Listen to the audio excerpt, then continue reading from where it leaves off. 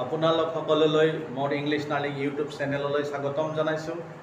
যোৱা 23 আগষ্টৰ পৰা মই আপোনালোকক ভিডিঅ' আপলোড দি আছিলোঁ ইংলিছ লাৰ্ণিং সম্পৰ্কে, গ্ৰামাৰ সম্পৰ্কে। মাজতে 9 তাৰিখ আমি লাষ্ট ভিডিঅ'টো দিছোঁ আৰু 10 তাৰিখৰ পৰা আজি 14 তাৰিখ অৰ্থাৎ একেদিন অৱশ্যে ভিডিঅ' আপলোড দিয়া হোৱা নাই। মই অৱশ্যে ব্যক্তিগত কামত বাহিৰলৈ গৈছিলোঁ, অৰ্থাৎ দিল্লীলৈ গৈছিলোঁ, যাবলগীয়া হৈছিলে, যাৰ কাৰণে মাজতে গেপ হৈছে আৰু তাৰ কাৰণে আপোনালোকে হয়তো নতুন ভিডিঅ' বিচাৰিছে, পোৱা নাই। তাৰ কাৰণে মই প্ৰথমেই আপোনালোকৰ পৰা ক্ষমা বিচাৰিছোঁ। আজি আকৌ আপোনালোকলৈ মই স্বাগতম জনাই মোৰ ইংলিছ লাৰ্ণিং ইউটিউব চেনেললৈ আহিছোঁ। আজি আগৰ ভিডিঅ'টোৰ পৰাই আমাৰ ডিছকাশ্যন আৰম্ভ হ'ব, অৰ্থাৎ আগৰ ভিডিঅ'টোত মই পাষ্ট পাৰফেক্ট কণ্টিনিউৱাছ টেন্সলৈকে আলোচনা কৰিছিলোঁ। আজি আমি এটা নতুন টেন্স আলোচনা কৰিম, সেয়া হ'ব ফিউচাৰ টেন্স। অৰ্থাৎ ফিউচাৰ টেন্সৰো 4টা ভাগ আছে, আপোনালোক সকলোৱে জানে। ফিউচাৰ টেন্সৰো কেইটা ভাগ আছে? 4টা ভাগ আছে। আগৰ যি 8টা টেন্স আছিলে, এই 8টা টেন্সৰ মাজত কিন্তু সাদৃশ্য আছিলে, অৰ্থাৎ প্ৰেজেণ্ট টেন্স আৰু পাষ্ট টেন্সৰ মাজত সাদৃশ্য আছিল। অৰ্থাৎ বি ভাৰ্বৰ ইউজৰ পৰা, হেভ ভাৰ্বৰ ইউজৰ পৰা গোটেইখিনি কথা আমি কি কৰি সাদৃশ্য দেখুৱাই বা বৈসাদৃশ্য দেখুৱাই আলোচনা কৰিব পাৰিছিলোঁ। অৰ্থাৎ চিমিলাৰিটিজ ডিচিমিলাৰিটিজ দুটা আমি আলোচনা কৰিব পাৰিছিলোঁ। কিন্তু ফিউচাৰ টেন্সটো এনেকুৱা এটা টেন্স যিটো টেন্স সম্পূৰ্ণ বেলেগ, যিটো কিছুমান শব্দ বেলেগকৈ আহিব, কাৰণ ভৱিষ্যতৰ কাৰ্য কৰা বুজাব। ভৱিষ্যতৰ কাৰ্য বুলি কোৱাৰ লগে লগে তাতে সাধাৰণতে অসমীয়াত ব আৰু মৰ ব্যৱহাৰ কৰা হয়। ফিউচাৰ টেন্স মই বৰ্ডত লিখি দিছোঁ, অসমীয়াত ব আৰু মৰ ব্যৱহাৰ কৰা হয় আৰু ইংলিছত শ্বেল আৰু উইলৰ ব্যৱহাৰ কৰা হয়, যিটো নেকি আমাৰ প্ৰেজেণ্ট টেন্স আৰু পাষ্ট টেন্সত ইউজ কৰা হোৱা নাছিল। চ' আপোনালোকে গম পাব, প্ৰথম টেন্সটো হ'ল future indefinite or simple future. Future indefinite tense,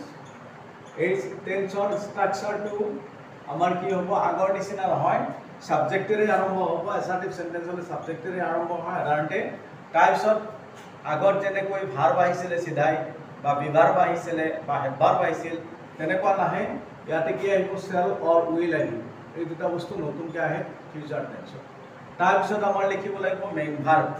main ভাৰ্বটো সদায় কি টেন্স হ'ব লাগে? প্ৰেজেণ্ট টেন্স হ'ব লাগে। চ' মই ব্ৰেকেটত লিখি দিছোঁ main verb present tense.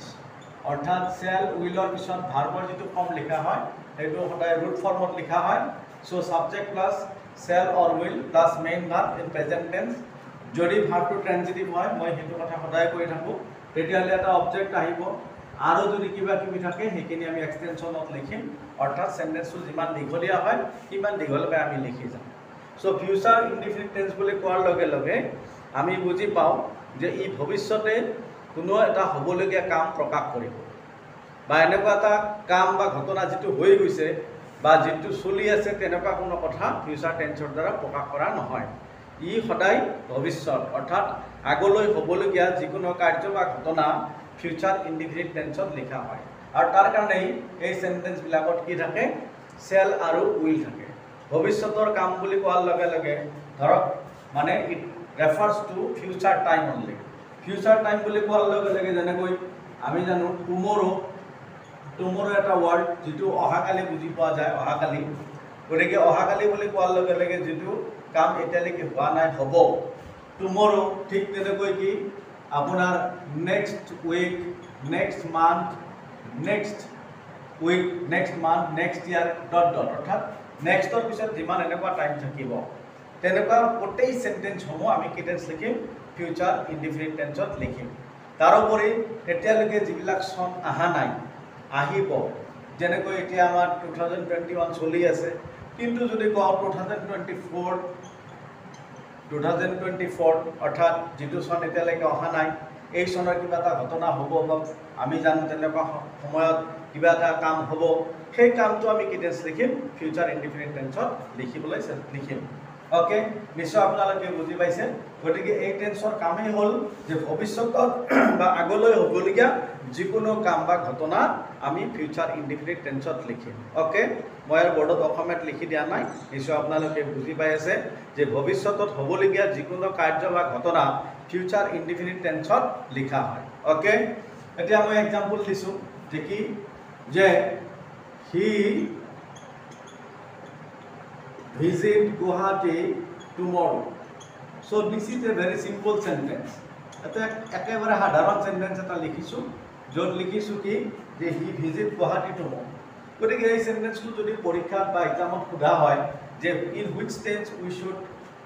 Correct it আমি এইটো কি টেন্সত কাৰেক্ট কৰিম তেতিয়া লক্ষ্য কৰিম আমি এই টাইমটোৰ কথা অৰ্থাৎ লিখিছো যে টুমৰো লিখা আছে টুমৰো মানে কি অহাকালি যিটো কাম হ'ব এতিয়ালৈকে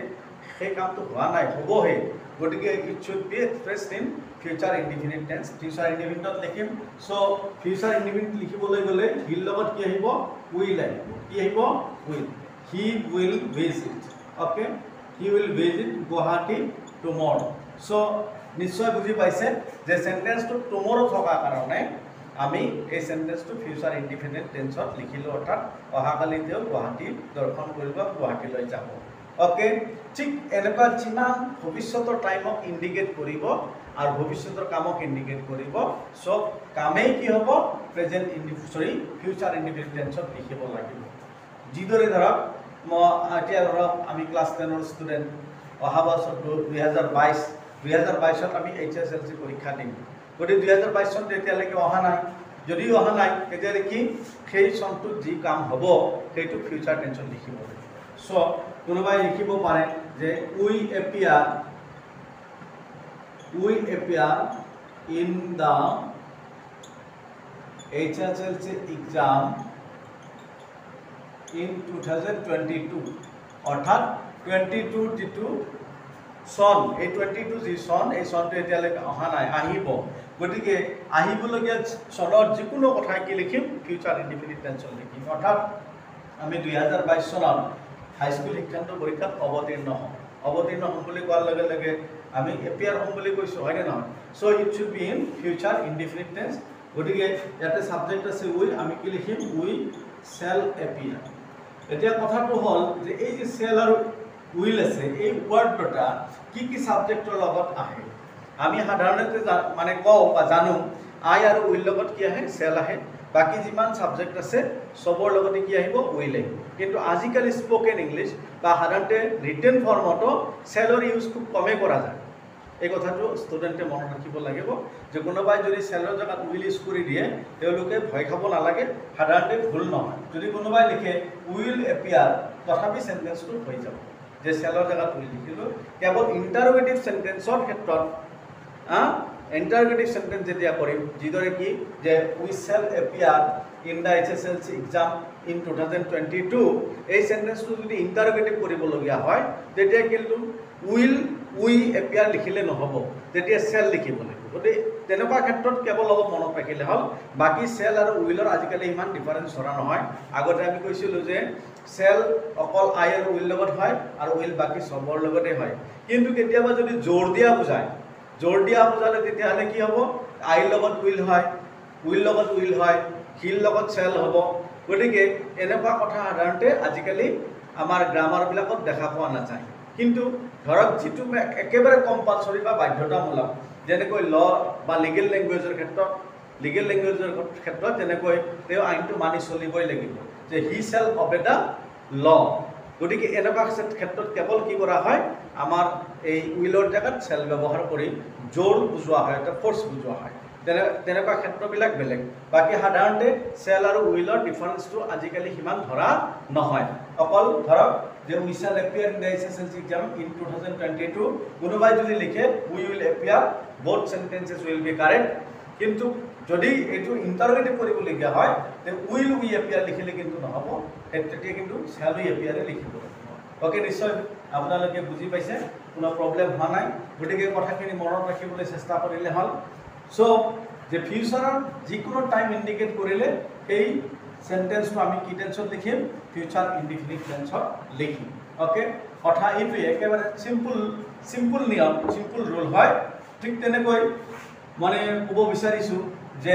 ধৰক এই সেন্টেন্সটো লিখিছোঁ অসমীয়াত লিখিছোঁ যে ছোৱালীজনী অহা বছৰ বা অহা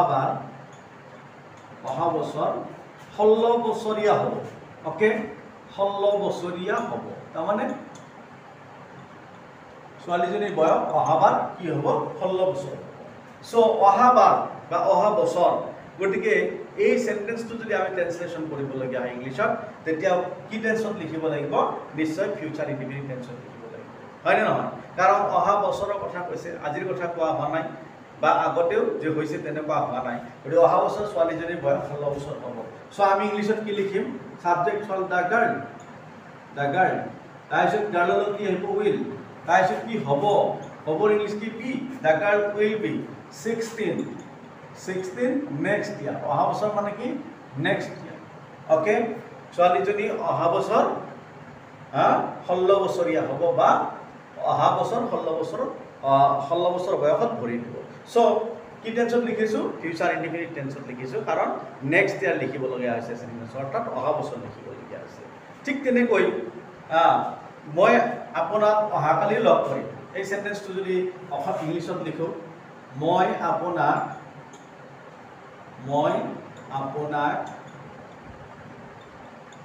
অহাকালি অফিসত লগ কৰিম অলপ লগাই দিছো অফিসত লগ কৰিম সো এইটো কি টেন্সত লিখিম কাৰণ লগ কৰিম বুলি লিখিছো যেটো কাম এতিয়ালৈকে হোৱা নাই ক্ৰিয়াৰ কাম যেটো ক্ৰিয়াৰ কাম এতিয়ালৈকে নহয় আগতে হোৱা নাই বৰ্তমানো চলি থকা নাই কিন্তু হ'ব হেতুটো ফিউচাৰ ইনডিফিনিট টেন্স লিখিবই লাগিব সো সাবজেক্ট কি আই লিখিলো আই পিছত কি লিখিম shall লিখিম I shall তাৰপিছত কি appear I shall appear সৰি লগ কৰিম বুলি ক'লে I shall meet মই আগৰ সেন্টেন্সটো ভাবি আছিলো সো I shall meet লগ কৰিম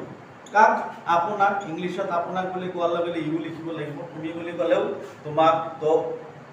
তোমালোকক বা আপোনাক বা আপোনালোকক বুলি ক'লে এটাই ওয়াৰ্ড আছে এটো কি ইউ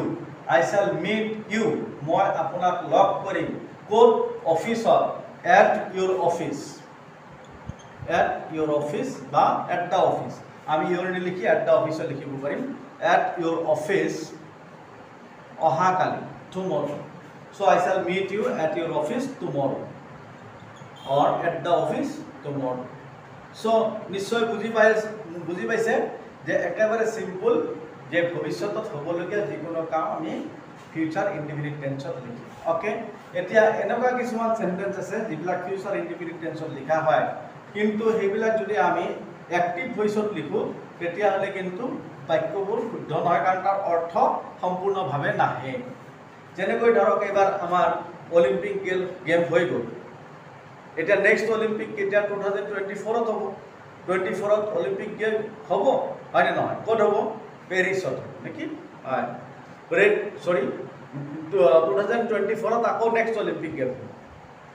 এতিয়া 2024 যেতিয়া অলিম্পিক গেম হ'ব এই গেমটো 2024 ত হ'ব গতিকে এইটো ফিউচাৰ টেন্সত লিখিব লাগিব কিন্তু ফিউচাৰ টেন্স বুলি কোৱাৰ লগে লগে এতিয়া যদি লিখি দিও যদি অৰ্থাৎ সেন্টেন্সটো যদি অ্যাক্টিভত লিখি দিও তেতিয়া কিন্তু ইয়াৰ অৰ্থটো বেলেগ হ'ব গতিকে ইয়াক পেসিভত লিখিব লাগিব ফিউচাৰ ইনডিফিনিট টেন্সত কি হ'ব the next Olympic games hold in 2024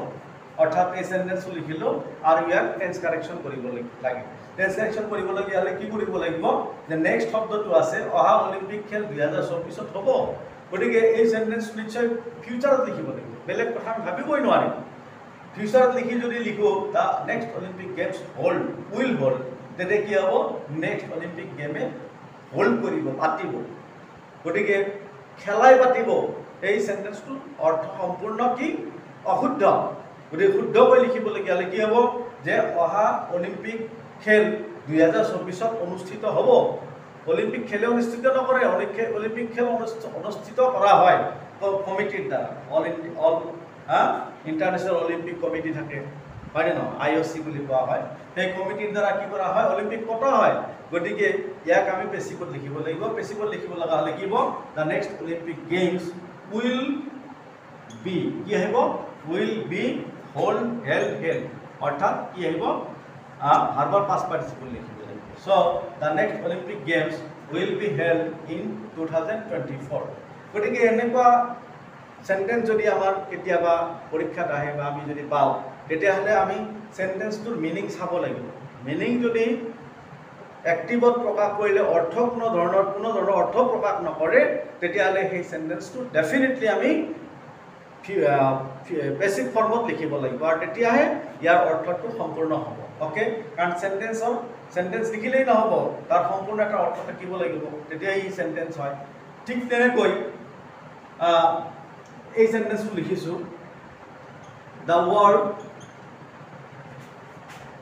the work do by me tomorrow সেন্টেন্সটো দেখিলেই গম পোৱা যায় যে tomorrow আছে গতিকে tomorrow থকা কাৰণে আমি ইয়াত কিহত লিখিম ফিউচাৰ ইনডিফিনিট টেন্সত লিখিম কিন্তু দেখা গ'ল ইয়াৰ ষ্ট্ৰাকচাৰটো কিন্তু বেছি ভাল আছে অৰ্থাৎ the work will do যদি আমি লিখো তেতিয়ালে অৰ্থটো কি হ'ব কামে কৰিব কিন্তু কামে নকৰে অৰ্থাৎ কামটো কৰা হ'ব কাৰ দ্বাৰা মোৰ দ্বাৰা ওকে গতিকে অহাকালি মোৰ দ্বাৰা কামটো কৰা হ'ব সো এটো কি হ'ব the work will be done by me so the work will be done by me তেতিয়াহে এটো কারেক্ট সেন্টেন্স হ'ব অৰ্থাৎ কামটো মোৰ দ্বাৰা কৰা হ'ব ওকে তেতিয়াহ'লে নিশ্চয় আমি বুজি পাইছো যে ফিউচাৰ ইনডিফিনিট টেন্স বুলি কোৱাৰ লগে লগে আমি তাৰ বেসিক ফৰ্মৰ কথা মনত ৰাখিব লাগিব কাৰণ এনেকুৱা কিছুমান সেন্টেন্স আছে যিবোৰ সেন্টেন্স আমি বেসিক ফৰ্মত লিখিলেহে শুদ্ধ হ'ব আৰু যদি এক্টিভত লিখি দিও তেতিয়াহ'লে তাৰ মিনিং নাহিব সেন্টেন্সটো কাৰেক্ট নহ'ব ওকে এতিয়া আমি নেক্সট আৰু এটা ৰুলৰ কথা আলোচনা কৰিম ফিউচাৰ ইনডিফিনিট টেন্সৰ যেটো আমি প্ৰেজেন্ট ইনডিফিনিট টেন্সত আলোচনা কৰিছো অলৰেডি অৰ্থাৎ কন্ডিশনাল সেন্টেন্স অৰ্থাৎ ইফ টিল আনটিল আনলেস এইবিলাক ওয়াৰ্ড থকা কন্ডিশনাল সেন্টেন্সৰ এটা পাৰ্ট যদি প্ৰেজেন্ট ইনডিফিনিট টেন্স হয় আনটো পাৰ্ট কিহত লিখিব লাগে ফিউচাৰ ইনডিফিনিট টেন্সত লিখিব লাগে সেই কথাটো আমি প্ৰেজেন্ট ইনডিফিনিটত আলোচনা কৰিছিলো কিন্তু যেহেতু ফিউচাৰৰ এটা ভাগ আছে গতিকে ফিউচাৰ টেন্সত সেই বস্তুটো আৰু এবাৰ মই ডিসকাস কৰিছো যাতে কাৰোবাৰ যদি কিবা কনফিউজন থাকে কনফিউজনটো কি হ'ব ৰিমুভ হ'ব আঁতৰি যাব সো মই লিখিব বিচাৰিছো কি যে ধৰা we wait for you until the rain stops অর্থাৎ এই সেন্টেন্সটো লিখিলো সেন্টেন্সটোত আছে we wait for you until the rain stops অর্থাৎ সেন্টেন্সটোত until আছে আৰু মই কৈছিলো if till until unless এনেকুৱা ওয়াৰ্ড এই সেন্টেন্স বিলাকত থাকে আৰু কন্ডিশনাল সেন্টেন্স হয় গতিকে সেন্টেন্সটো বুজোৱা হৈছে আমি তোমাৰ কানে ৰখি থাকিম আমি তোমাৰ কানে ৰখিম until the rain stops বৰখন এৰি নিদিয়ালৈকে অৰ্থাৎ বৰখন নেৰালৈকে আমি তোমাৰ কানে ৰখিম সো দেখা গ'ল যে until-ৰ পিছত প্ৰেজেন্ট ইনডিফিনিট টেন্স আছে the rain stops আছে rain থাৰ্ড পাৰসন সিঙ্গুলাৰ নামৰ এখানে ষ্টপ লগত আহিছে গতিকে এনেকুৱা সেন্টেন্সৰ এটা পাৰ্ট যেতিয়া প্ৰেজেন্ট ইনডিফিনিট টেন্স থাকিব তেতিয়া আৰু মেইন পাৰ্ট অৰ্থাৎ মেইন ক্লজ বুলি ক'ব পাৰো তেতিয়া তাক ফিউচাৰ ইনডিফিনিট টেন্সত লিখিব লাগে সো we shall wait কি হ'ব we shall wait for you okay নিশ্চয় বুজি পাইছে ঠিক তেনেকৈ the meeting এবাৰ আৰু এটা সেন্টেন্স লিখিছো আগৰ ৰুলটোৰ লগত অলপ মিলাকে the meeting postpone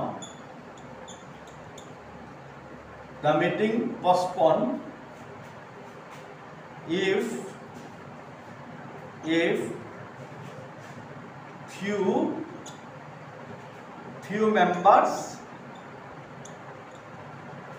few members attend it সেন্টেন্সটোত আপোনালোকে দেখিবলৈ পাইছে যে কন্ডিশন আছে আর এই কন্ডিশন ইফৰ দ্বাৰা বুজোৱা হৈছে ফিউ মানে প্ৰায় নথকা বা নুবুজা বুজায় অৰ্থাৎ মিটিংখন পোষ্টপন কৰা হ'ব যদিহে মানে খুব কম সংখ্যক বা মেম্বাৰ বিলাক নাহে মেম্বাৰ যেতিয়া নাহিব মিটিং নহব so it should be in future indefinite tense কাৰণ এটো আমাৰ প্ৰেজেন্ট ইনডিফিনিট টেন্সত আছে few members থাকা কাৰণে attend লগত as by as আহা নাই ওকে সো এটো লিখিব লাগিব ফিউচাৰ ইনডিফিনিট টেন্সত কিন্তু এবাৰ ফিউচাৰ ইনডিফিনিট টেন্স লিখোতে যদি আমি লিখিলো the meeting will postpone মিটিংয়ে পোষ্টপন কৰিব মিটিংয়ে স্থগিত ৰাখিব তে সেন্টেন্সটো নহল গতিকে এবাৰ আকৌ আমি পেছিভৰ কথাটো মনত কৰিব লাগিব মনত পেলাব লাগিব অৰ্থাৎ মিটিংয়ে পোষ্টপন নকৰে মিটিং পোষ্টপন কৰা হ'ব স্থগিত ৰখা হ'ব so it should be in future but passive form okay so the meeting will be postponed কি লিখিব লাগিব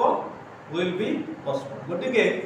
কেতিয়াবা এনেকুৱা সেন্টেন্স আমাক পৰীক্ষাত দিয়ে বিফুল কৰিবলৈ ষ্টুডেণ্টক, অৰ্থাৎ কেতিয়াবা ষ্টুডেণ্টে পাজলত পৰি যাব পাৰে। সেইকাৰণে সাৱধান হোৱা উচিত যে এনেকুৱা সেন্টেন্সক আমি যদি টেন্স কাৰেকশ্যন কৰোঁ তে সেন্টেন্সটো চাব লাগিব যে পেছিভ ফৰ্মত লিখিব লগা হয় নেকি। যদি লিখিব লগা হয় তেতিয়া লিখিব লাগিব, নহ'লে কিন্তু হয় টেন্সটো আমাৰ শুদ্ধ হ'ব কিন্তু মানে ভইচটো শুদ্ধ নোহোৱাৰ কাৰণে সেন্টেন্সটো কিন্তু নহ'ব আৰু আমি তাতে নম্বৰ নাপাম। চ' আজিৰ কাৰণে